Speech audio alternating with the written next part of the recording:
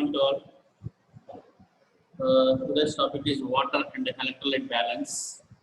It is already we are completed this one. It is a revision class. So from Monday onwards, you have a internal exam also. So I will finish within 10 or 15 minutes this class. I will continue in the next session. Okay. Just I will tell you about the water content in our body. What are those functions, different role in the body. So here in this image, you can see if you are drinking more water, you will get a good health. Okay. So it is a oral electrolyte powder. It is especially we are taking when we are dehydrating, especially in the summer. Okay. So this electrolyte. This is a electrolyte powder. So in our body, totally we are containing 60 to 70% of the weight for the water. 60 to 70% that is containing human body containing water.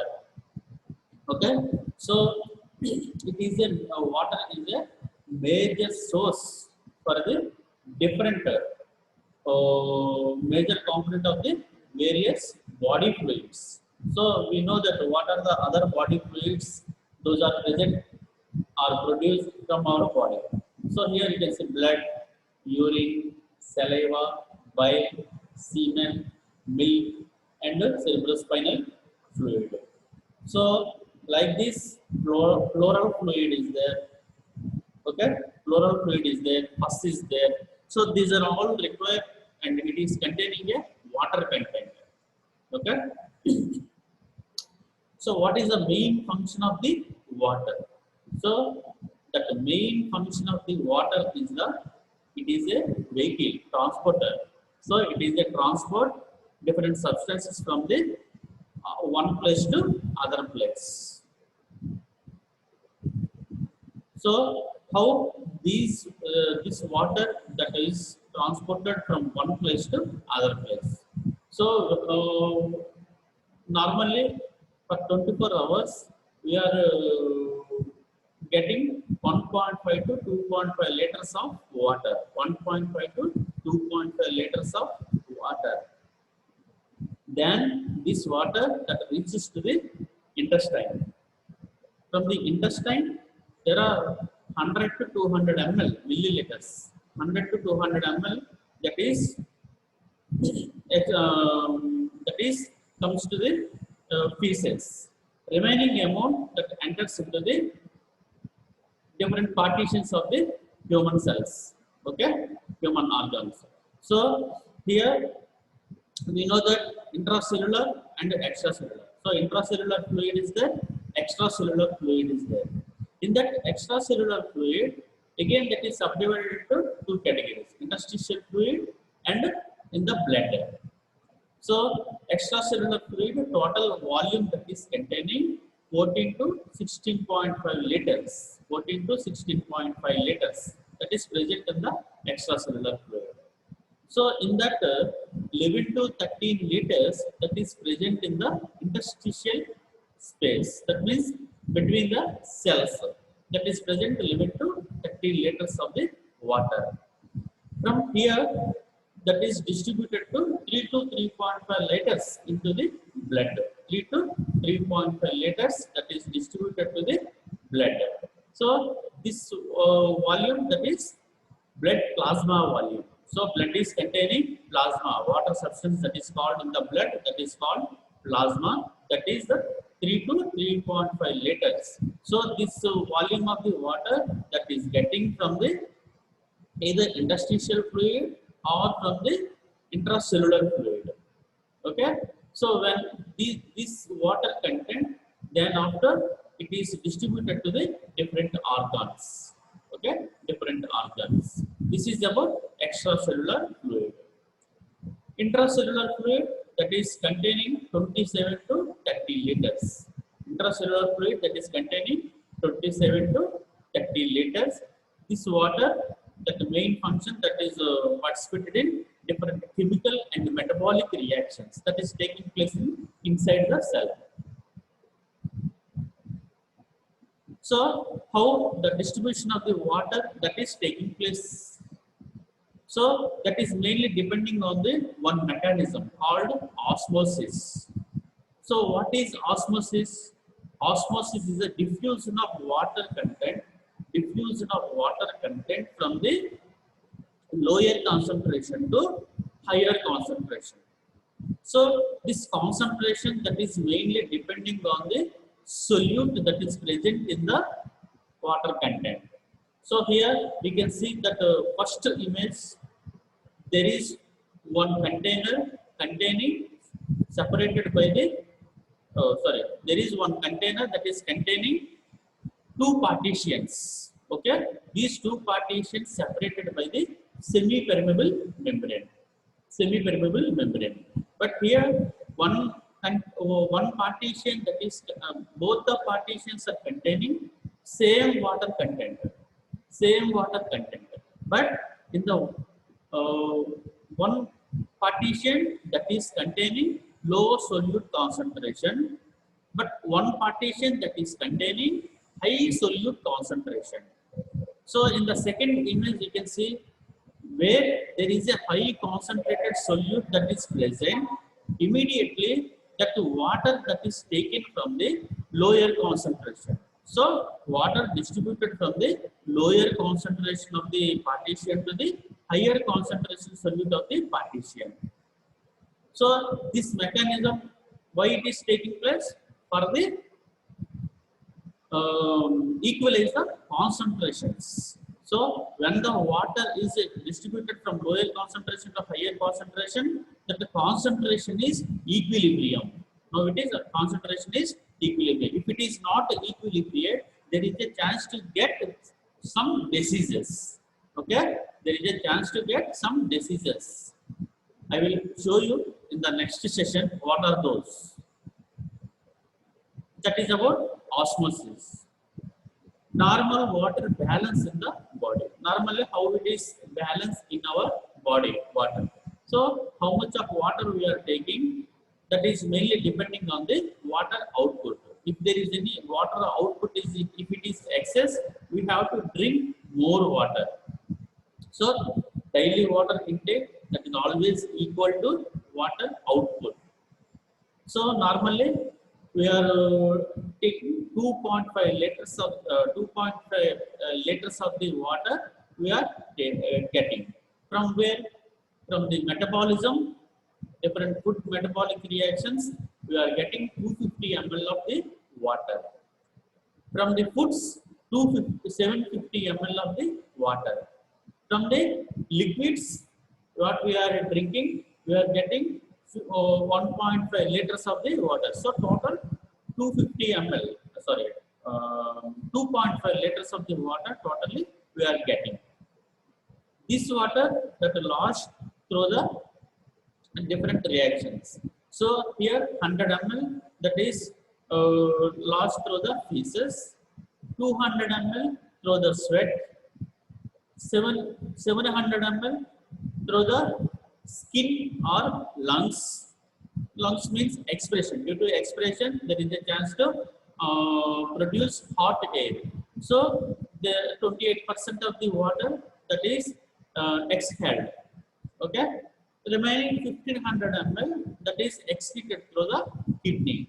So this is the water intake and the water output. So how water regulation that is taking place? How water regulation that is taking place? So in the human body, it is normally regulated, water balance, it is normally regulated by a hormone. It is normally regulated by the hormone. So here you can see this image. Here, when water levels drops below the normal range, that means we are having a human body, if it is having low concentration of the water, low range of the water, immediately hypothalamus detects the signals. What type of signals? So when the water content in the human body that is reduced, that the solute concentration that is increased. So this solute concentration, when it is increased, hypothalamus immediately gets the signals of the solute concentration, higher concentration. Then hypothalamus immediately produces symptoms. What is the main symptoms? Thirst, daham, okay, thirst. So this is the first symptom for the dehydration. Okay, so immediately hypothalamus that sends the signals to the posterior pituitary gland. From the posterior pituitary gland that releases antidiuretic hormone. Okay, then this antidiuretic hormone immediately which transfers to the blood. From the blood it reaches finally to the kidney. So here water excretion that is taking place. So that excreted water, when it is antidiuretic hormone reaches to the kidney, that whatever water that is excreted, that is immediately that is reabsorbed in the renal tubules. Reabsorbed in the renal tubules. Then this reabsorbed water that comes to the blood, then water level that is equalized, normal. Okay. So this is one control. Another control is that opposite direction. Water content is high in the body. When the water content is high levels in the body, hypothalamus, there is no detection of solute concentration. That detects low concentration of the solutes. When there is a low concentration of the solutes, there is no hypothalamus that never sets the symptoms. Okay, thirst symptom. So there is no chance to produce antidiuretic hormone. Very less amount of the antidiuretic hormone that is released. Then there is no reabsorption of the, due to lack of antidiuretic hormone, there is no reabsorption of the water in the renal tubules. So that is completely excreted into the urinary bladder. Okay. So this is the complete regulation of the hormonal regulation of the water content in the humans. That is mainly here you have to remember antidiuretic hormone that is produced from the anterior pituitary gland. So that is about water. Next one we have to know about what are the electrolytes. Okay, what are the electrolytes? So electrolyte. So first of all, we are discussed about water. 8 to 10 glass of the water to drink per day. It is necessary for the proper balance of the electrolytes. So electrolyte balance that is mainly depending on the water content in the body. Okay.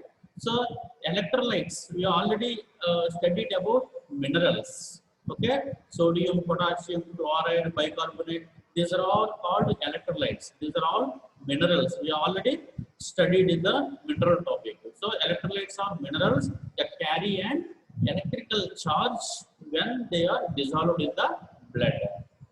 Okay, sodium that carries positive charge, potassium that having positive charge, chloride negative charge. So like that, every electrolyte that is having a ionic charge. So here in this image you can see, so this is the interstitial fluid that is present between the cells, outside the cells. So outside the cell, that means interstitial fluid that is mainly containing sodium and chloride ions. Inside the cell that is mostly containing potassium ions. Okay. So how the water that maintained in the extracellular and intracellular fluid, how the balancing that is taking place depending on electrolytes. So here we can see that the first image, sodium and chloride that is present in the extracellular fluid, potassium that is present, higher concentration of potassium that is present inside the cell along with the water. If there is any chance to if there is no balance of these electrolytes, there is a chance to water content change also. So here you can see this is second image. Inside the cell that is having more electrolytes. Inside the cell that is having more electrolytes. So when there is a more electrolytes are present inside the cell if compared to extracellular fluid, extracellular electrolytes, immediately that water content present in the extracellular fluid, immediately that diffuse into the cell. Okay. Next one. Here electrolyte concentration is very high at the extracellular fluid. Intracellular fluid, there is a low concentration of the electrolytes. So immediately that water diffuse from intracellular to the extracellular fluid. So if there is any problem in the electrolyte balance, there is a chance to cell death, cell blast or cell death. Okay. That the main function of the electrolytes, these are regulate nerve and muscle function maintenance. So already you studied about the neuromuscular junction, how that the action potential that is taking place. These are all mainly depending on the electrolytes. So here this image you can see, this is the synapse. Synapse means it is a junction between the two neurons. So it sends signals from the one neuron to another neuron through the synaptic vesicles. This is the, you can see clear cut that image synapses how it is taking place. So sensation signals that is passing towards one neuron to another neuron, that is mainly depending on the synaptic vesicles. When the signals that pass that at the nerve ending, that is synaptic vesicles that is released into the synaptic clefter. Okay, this distribution of these synaptic vesicles that is mainly depending on the action potential. That is mainly depending on the action potential. So action potential, how it is taking place, mainly depending on the sodium and potassium electrolytes. So here action potential, what are the main thing? Here we have to remember that depolarization that is taking place. Depolarization, when it is taking place, when the sodium enters into the cell, depolarization. Then repolarization. Repolarization, when it is taking place, when the potassium that comes out to the cell, that is depolarization. So depolarization, repolarization, and the resting membrane. So these are all reactions that is included in the action potential. So these are all mainly depending on the electrolyte concentrations in the intracellular and the extracellular of the neurons. So this is main function, neuromuscular junction or synaptic transmission. So that is about basic thing of the water and the electrolytes. Okay. In the next session, I will discuss it because of I need to stop this class because of from Monday onwards you have a third internal examination. You can read properly and attempt properly. That is the final chance to attempt for the final university examination. If you are failed in the first internal, second internal, those people they must pass in the third internal, and also that is helps to your final exams also. So there is no time to read, so you have to read it properly. You can attempt properly. Okay. So in the next session we will discuss about what are those sodium, potassium, fluoride, and bicarbonate. We will discuss about these four minerals, electrolytes. Then after, how these electrolytes regulate water regulation, how it is regulate water content in the body. We will discuss in the next session. Okay, thank you.